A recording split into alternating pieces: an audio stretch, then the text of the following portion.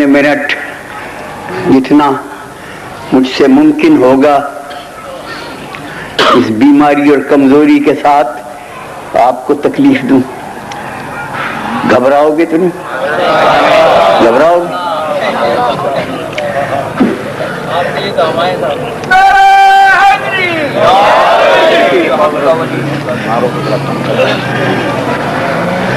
بڈھے آدمی کو، سفید داڑھی والے کو ممبر پہ بیٹھا دیکھ کر نوجوان پسند نہیں کرتے، مجھے پتا ہے.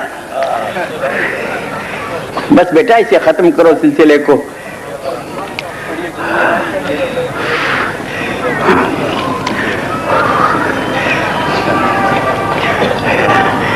یہ شہر ملتان میری ساری زندگی اسی ملتان میں گزر گئی.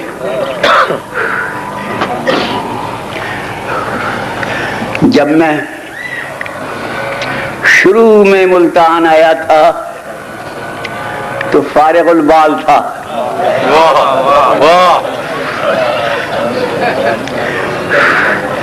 نہیں بال کالے آئے، سفید ہو گئے. جو بچے میرے سامنے پیدا ہوئے تھے وہ خود صاحب اولاد ہیں.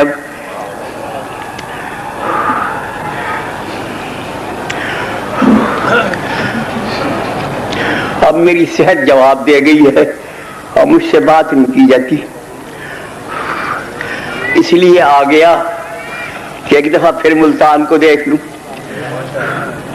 میں انشاءاللہ اگر میرے ہوش و حواس ٹھیک رہے تو قیامت میں بھی ملتان کو آواز دوں گا. ملتان والو تم آ کے بتاؤ میں تذکرہ آل محمد کرتا تھا یا نہیں. میری گواہی دینا ملتان والو وہاں قیامت میں. میں تمہیں آواز دوں گا وہاں.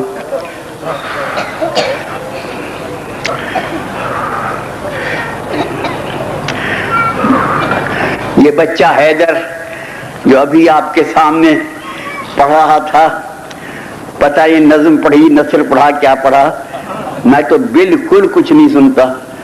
میرے کان قطعی طور پر کچھ نہیں سنتے. کوئی آواز کسی قسم کی مجھے نہیں آتی.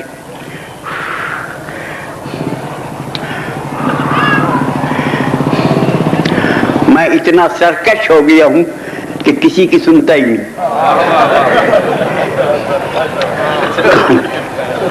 بیکار. ڈاکٹروں کے پاس جاتا ہوں، وہ کہتے ہیں ہم آنکھیں بنا سکتے ہیں، اندھوں کا علاج کر سکتے ہیں، کانوں کا نہیں کر سکتے. خاموش ہو جاتے. یہ کان میرے ٹھیک نہیں ہوتے. سینے میں بڑی تکلیف ہے، دماغ کے اندر بڑی تکلیف ہے، بات نہیں ہوتی. یہ حیدر بچہ جو میرے سامنے پڑھ رہا تھا، یہ سب میرے سامنے کے بچے ماشاءاللہ چشم بدور اب خود صاحب اولاد ہیں. اس نے اتنی شاعری کی ہے بچپن سے اب تک، ہزاروں شعر کہہ دیے. معصومین کا فرمان ہے کہ جو ہمارے متعلق ایک شعر کہے گا ہم اسے جنت میں ایک گھر دیں گے. ابھی حساب سے اس کا تو شہر بس گیا ہوگا نا جنت میں. فی شعر ایک گھر جو ملے گا تو جنت میں حیدرآباد آباد ہو گیا ہوگا یا نہیں؟ حیدر کے نام. لہذا میں اس سے التجا کروں گا کہ اپنے حیدرآباد میں کوئی گھر مجھے بھی دے دینا، چھوٹا موٹا وہاں. خدا تمہیں سلامت رکھے اور خوش رکھے. اب میں یہ فرض ادا کر دوں اپنا کہ اس مجلس کا بانی شوکت صاحب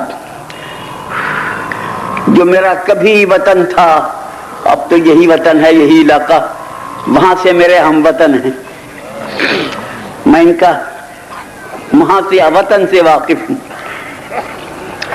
یہ ان کے باپ کی صحیح تربیت کی تاثیر ہے کہ یہ ذکر سید الشہداء بڑی عقیدت و احترام سے کرتے ہیں، مجلس کی بنیاد رکھتے ہیں، یہ ان کے باپ کی تربیت کی تاثیر ہے۔ لہذا میں سامعین سے گزارش کروں گا کہ ایک ایک سورہ فاتحہ ان کے والدین کے لیے ضرور پڑھ دیں۔ میرے پاس آ جاؤ سامنے۔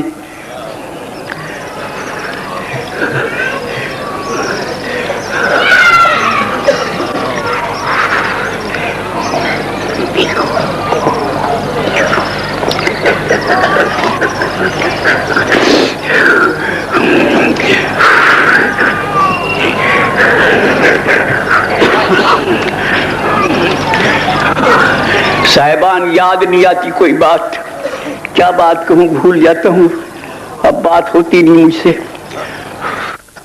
مجھے کوئی بات یاد نہیں آتی۔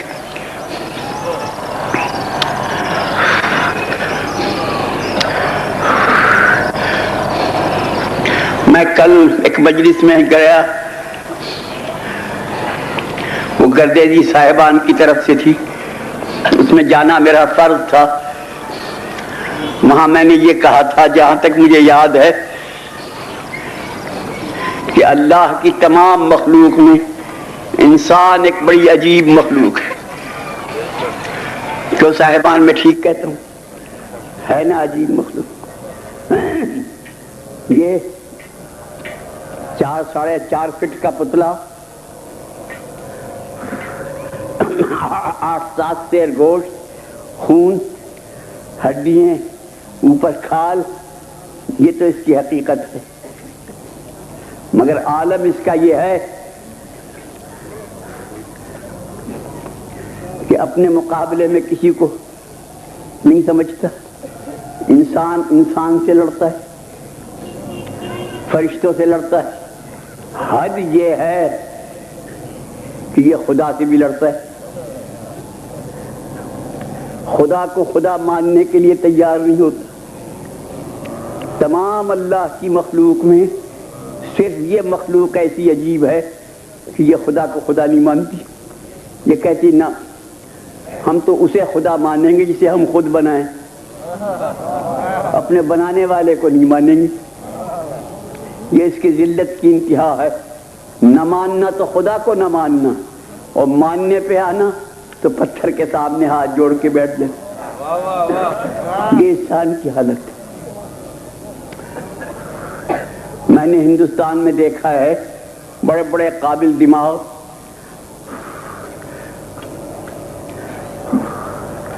ہندو جن کی قابلیت کی دھاک بیٹھی ہوئی تھی، مثلا جواہر لال نہرو، بتائیے اس کے قابل ہونے میں کسی کو شک ہے؟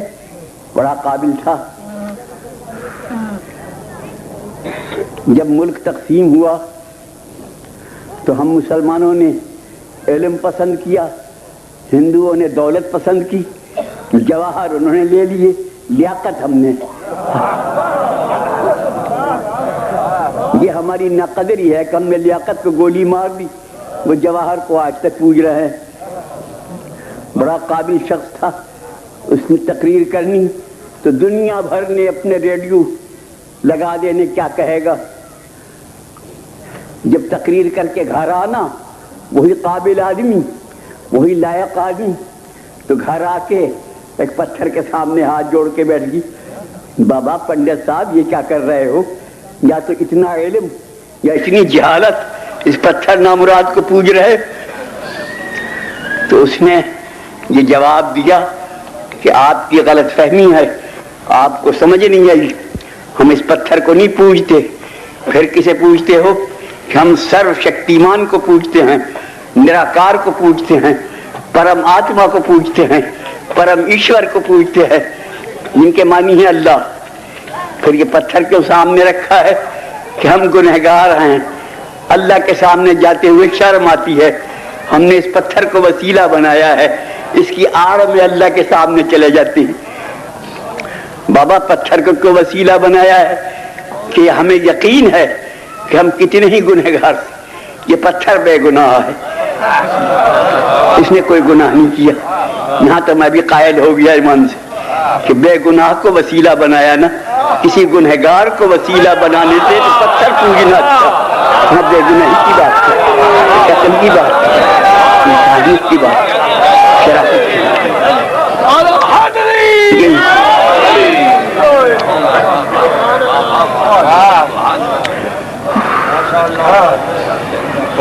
بہر نو انسان کی سمجھ انسان کو اب تک نہیں آئی کہ یہ کیا ہے, کیا بنے گا, کیا ہوگا.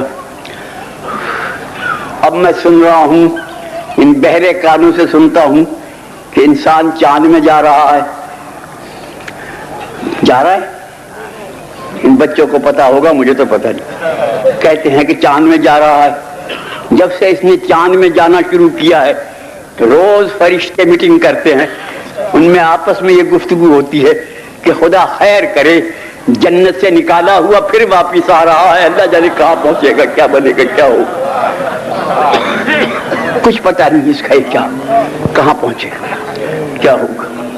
زمین اس کے خیالات سے تنگ ہو گئی. اب یہ فضا پہ چھا گیا, آسمان پہ تمام سمندروں میں اس نے آپ دوزے دوڑا دی, تمام خلا کو اس نے بھر دیا. اب چاند میں سنا جا رہا. تو یہ انسان کی حالت ہے.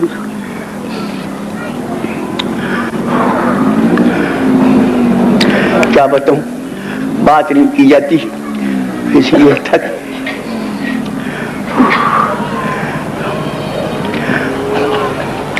محترم بزرگوں, بچوں, عزیزوں, بھائیوں,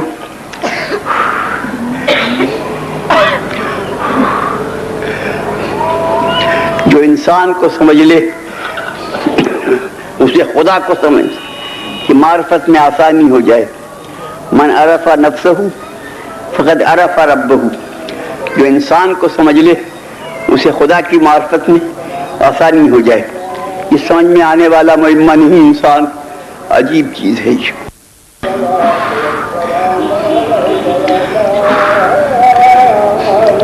اس انسان نے مصنوعی بادشاہ اس نے بنائے, مصنوعی وزیر اس نے بنائے, مصنوعی تاجر اس نے بنائے. بنائے یا نہیں؟ یہ روز سنیما میں, تھیٹر میں اور کیا ہوتا ہے, مصنوعی بادشاہ, مصنوعی وزیر, سب مصنوعی لوگ ہوتے ہیں. اور دنیا ہے کہ دیکھنے کو چلی جا رہی, پیسے بھی خرچ کرتے ہیں اور جا کے دیکھتے بھی ہیں. بھائی کیا دیکھ رہے ہو کہ ایک فرضی مصنوعی بادشاہ ہے, اسے دیکھ رہے ہیں. اگر اصلی بادشاہ ہو تو نہ جائیں, نقلی بنا ہوا ہو تو بھیڑ اکٹھی ہو جاتی ہے, مجمع اکٹھا ہو جاتا ہے. تو مجمع کے اکٹھا ہونے سے یہ نہ سمجھو یہ حق ہے, ہر مصنوعی کے گرد اکٹھا ہو جاتا ہے, ہر فرضی کے گرد اکٹھا ہو جاتا ہے. اس طرح ٹکٹ لے رہے ہیں جیسے جنت کی ٹکٹ بٹ رہے ہیں. پھر سارے دن کی روزگار کی کمائی ٹکٹوں پہ خرچ کر کے مصنوعی بادشاہ کو دیکھنی, گھر آئے تو فاقہ. اب بازار میں جلوس نکل رہا ہے روٹی, جہاں کہیں بیٹھیں گے کمائی میں برکت نہیں رہی. برکت کا رونا رونے والوں اپنی حرکت کو دیکھو, پیسہ تو سارا وہاں ضائع کر دیتی ہو, برکت کہاں سے آ گئی.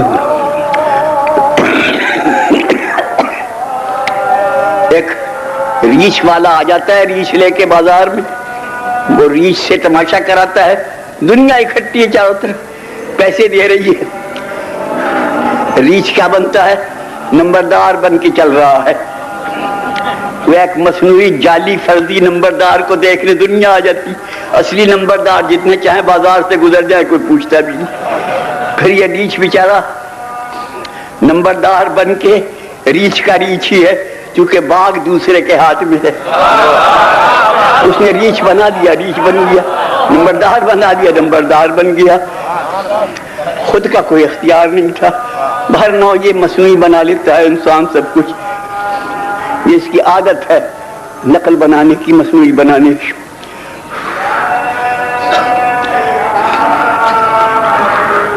سب کچھ مصنوعی بناتے بناتے اس نے مصنوعی خدا بھی بنائے, پتھر کے بنائے, مٹی کے بنائے, لکڑیوں کے بنائے, رفتہ رفتہ اس نے انسان کو خدا بنا لیا. تو بھائی ایسے انسان گزرے ہیں یا نہیں جن کو خدا بنایا؟ گزرے ہیں. جہاں تک مجھے یاد ہے آدم کی نسل میں 4 آدمی ایسے گزرے ہیں جنہیں انسانوں نے خدا کہا ہے. میں یہ نہیں کہتا وہ خدا تھے نا، توبہ، انسانوں نے انہیں خدا کہا ہے. 4 آدمی میرے ذہن میں ہیں، آپ کو اگر اور معلوم ہو تو ہوگا. میرے ذہن میں صرف 4 آدمی ہیں جنہیں انسانوں نے خدا کہا. ان 4 کے نام: پہلا نمرود، یاد رکھیں گے نا آپ؟ پہلا نمرود، دوسرا فرعون، تیسرا شداد، چوتھا علی. ان 4 کو دنیا نے خدا کہا. ان 4 میں کا پہلا نمرود، دوسرا فرعون، تیسرا شداد، چوتھا علی. ان 4 کو دنیا نے خدا کہا ہے. اور 5واں آدمی مجھے کوئی یاد نہیں. ان 4 میں کا پہلا نمرود، دوسرا فرعون، تیسرا شداد، چوتھا علی. ان 4 کو دنیا نے خدا کہا ہے. اب آپ کی مرضی، چاہے 4 کو یکساں سمجھیں چاہے کچھ فرق سمجھیں، کہنا ان 4 کو دنیا نے خدا کہا ہے. ان 4 میں کا پہلا نمرود، دوسرا فرعون، تیسرا شداد، چوتھا علی. ان 4 کو دنیا نے خدا کہا. سمجھے نہیں نا؟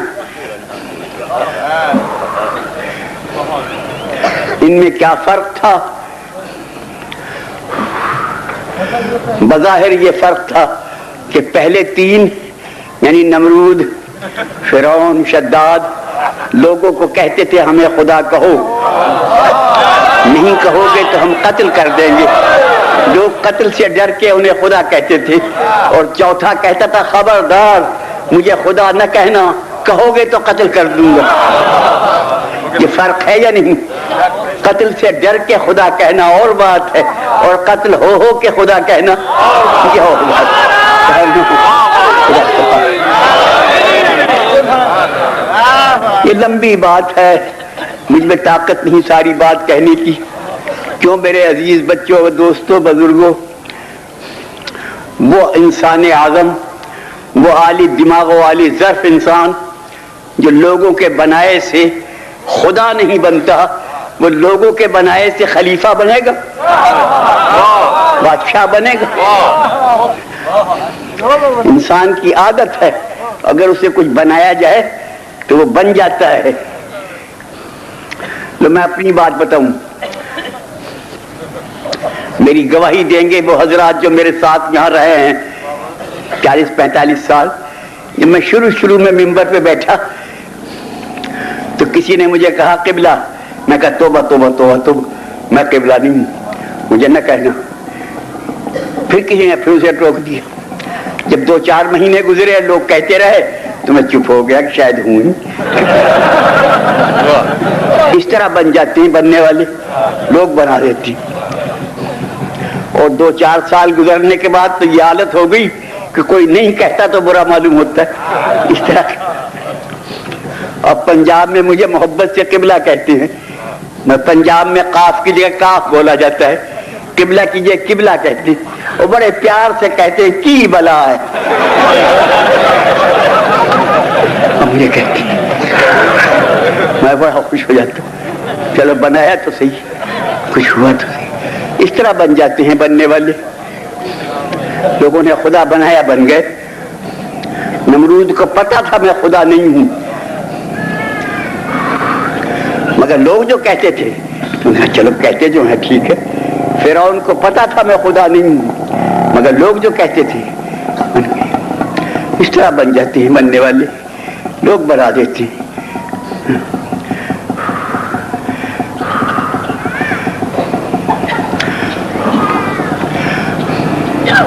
یہی نمرود جو خدا بنا بیٹھا تھا، پتہ نہیں کس شان کا دربار ہوگا.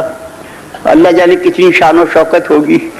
آخر خدا جو بن گیا تھا اس کے دربار میں ایک بیچارہ غریب آدمی غریبانہ لباس پیش ہو گیا ابراہیم نامی. اب کہاں وہ شہنشاہ, کہاں یہ غریب آدمی؟ ان کا تو خدا ہے کہ ہاں میں خدا ہوں. کہ خدا سورج کو مشرق سے نکالتا ہے, اگر تو خدا ہے تو مغرب سے نکال. یہ قرآن میں ہے یا نہیں؟ ان اللہ یاتی بالشمس من المشرق فاتی بہا من المغرب. خدا سورج کو مشرق سے نکالتا ہے, اگر تو خدا ہے تو مغرب سے نکال. تو بہت الذی کفر کا یہ نہیں ہو سکتا. کیوں بھائیو؟ اگر وہ نکال دیتا مغرب سے پھر کیا ہوتا؟ بولو بھائی, اگر وہ مغرب سے سورج نکال دیتا تو اسے خدا ماننا پڑتا یا نہیں؟ ابراہیم کے ماننا پڑتا یا نہیں؟ اب حضرت ابراہیم سے جا کے کہو قبلہ اپنی بات پہ قائم رہنا. آپ نے خود کہا ہے مجمع کے سامنے کہ خدا سورج کو مشرق سے نکالتا ہے, اگر تو خدا ہے تو مغرب سے نکال. اب جو مغرب سے نکال دے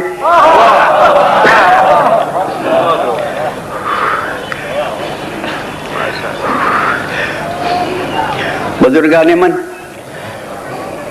مغرب سے سورج کو پلٹایا نکالا, مگر کمال یہ کیا کہ اس سورج کے واپس کرنے سے پہلے نماز قضا کر دی. ادھر سورج پلٹا, ادھر نماز شروع کر دی, تاکہ سورج کے مغرب سے نکلنے میں لوگ مجھے خدا نہ کہہ دے, عابد کہیں معبود نہ کہیں. عبادت نماز شروع کر دی. باہر نہ ہو. انسان سب کچھ بنتا ہے, انسان انسانوں کو بنا لیتے ہیں, سب کچھ بنا لیتے ہیں. خدا نے کیا کیا کچھ بناتے ہیں مجھے تو تفصیل آتی. انسان نے جھوٹے بادشاہ بنائے, جھوٹے عالم بنائے, جھوٹے وزیر بنائے, جھوٹے امام بنائے. حد یہ ہے کہ جھوٹے خدا بنائے. مگر ایمان کی بات یہ ہے کہ ہر ایک کی نقل انسان نے اتاری, خدا کی, رسول کی, امام کی, سب کی. مگر ایسا کوئی مائی کا لال آج تک پیدا نہیں ہوا جو حسین بن کے دکھا دی.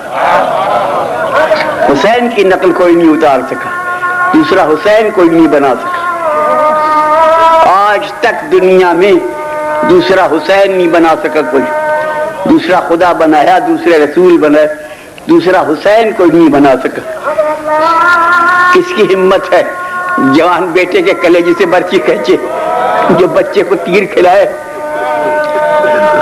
جو لاکھوں آدمی کے مجمع میں کھڑے ہو کے مسکرائے, جو قاتل کے خنجر کو دیکھ کر ہنسے, جو خود اپنے ہاتھ سے بندے غریبہ کھول دے. یہ صفت ہو تو حسین بنے. حسین نہیں بن سکا, سب کچھ بنے حسین.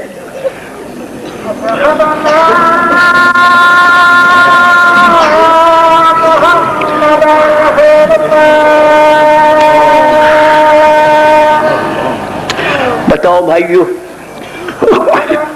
حسین نقلی حسین نہیں بن سکا. حسین دنیا میں بے مثل ہے کہ نہیں؟ اس کی کوئی مثل نہیں بن سکا, کوئی مثل نہیں بنا. یہ تو اللہ کو بھی ناز ہے کہ میں نے یہ بے مثل بندہ پیدا کیا, اس کی مثل نہیں بن سکا. دیکھو ہمارا ایمان ہے کہ 14 معصوم, 14 کے 14 معصوم ہیں. ان کا پہلا بھی محمد ہے, ان کا اوسط بھی محمد ہے. وہ 14 کے 14 یکساں ہیں. ان 14 میں 5 پنجتن پاک ہیں, ان 5 میں 4 مرد ہیں, 1 خاتون ہے. مردوں میں 1 محمد, 1 علی, 1 حسن, 1 حسین. اس کے بعد 9 امام اور آئے.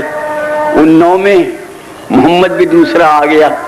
5واں امام محمد باقر, 9واں امام محمد تقی, دوسرا علی بھی آ گیا. 4تھا امام علی زین العابدین, 8واں امام علی رضا, 10واں امام علی نقی. ان ان میں حسن بھی دوسرا آ گیا، 11واں امام حسن عسکری۔ حسین اتنا بے مثل تھا کہ ان 14 میں بھی دوسرا حسین نہیں آیا۔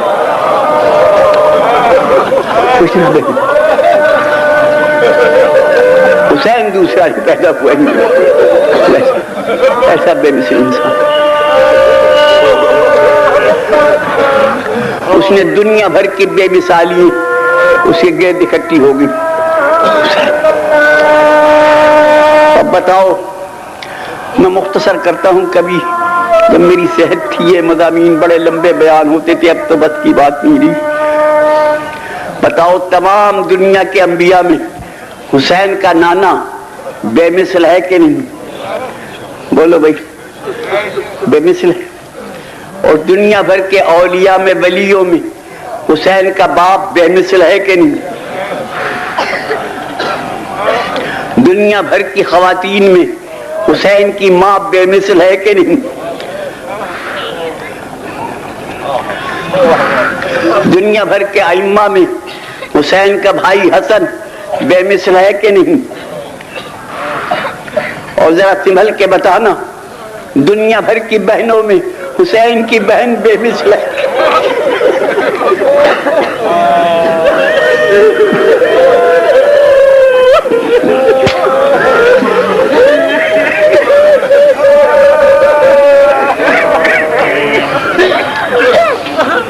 بتاؤ بھائی، دنیا بھر کی فوجوں میں حسین کی فوج بے مثل ہے کہ نہیں؟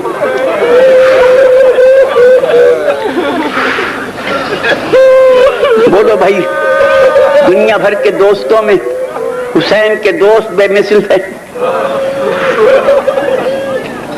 دنیا بھر کے دشمنوں میں حسین کے دشمن بے مثل ہیں یا نہیں؟ دنیا بھر کے علمداروں میں حسین کا علمدار بے مثل ہے کہ نہیں؟ اتنی بے مثالی کہیں گھٹی۔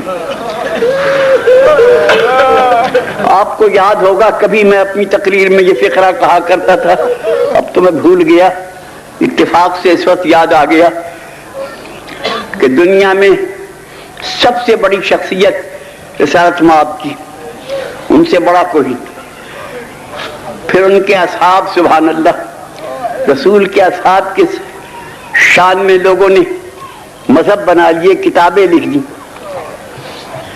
کیا مجال ہماری جو رسول کے اصحاب کی شان میں کوئی لفظ کہہ سکے؟ بڑے بزرگ تھے جنہوں نے ایمان کی دولت کے ساتھ رسول کی خدمت میں بیٹھے، جنہوں نے ایمان کی آنکھ سے رسول کو دیکھا، ان سے بہتر کوئی تھا ہی نہیں۔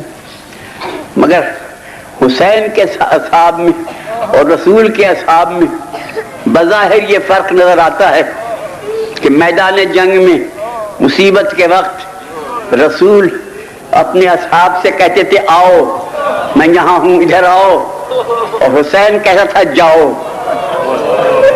رسول کے اصحاب آؤ کہ سننے سے آتے نہ تھے، حسین کے اصحاب جاؤ سن کے جاتے نہ تھے۔ یہ فرق ساری دنیا نے دیکھ لیا، یہ جاؤ سن کے جاتے نہ تھے، وہ آؤ سن کے آتے۔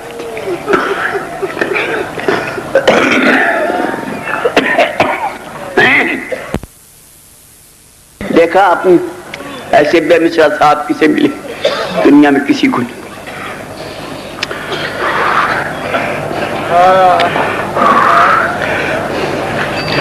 جب میں پچھلی دفعہ کربلا معلیٰ گیا تھا تو میں نے عشرہ محرم وہیں کیا تھا کربلا میں۔ 10ویں محرم کو میں زری کے قریب بیٹھا تھا،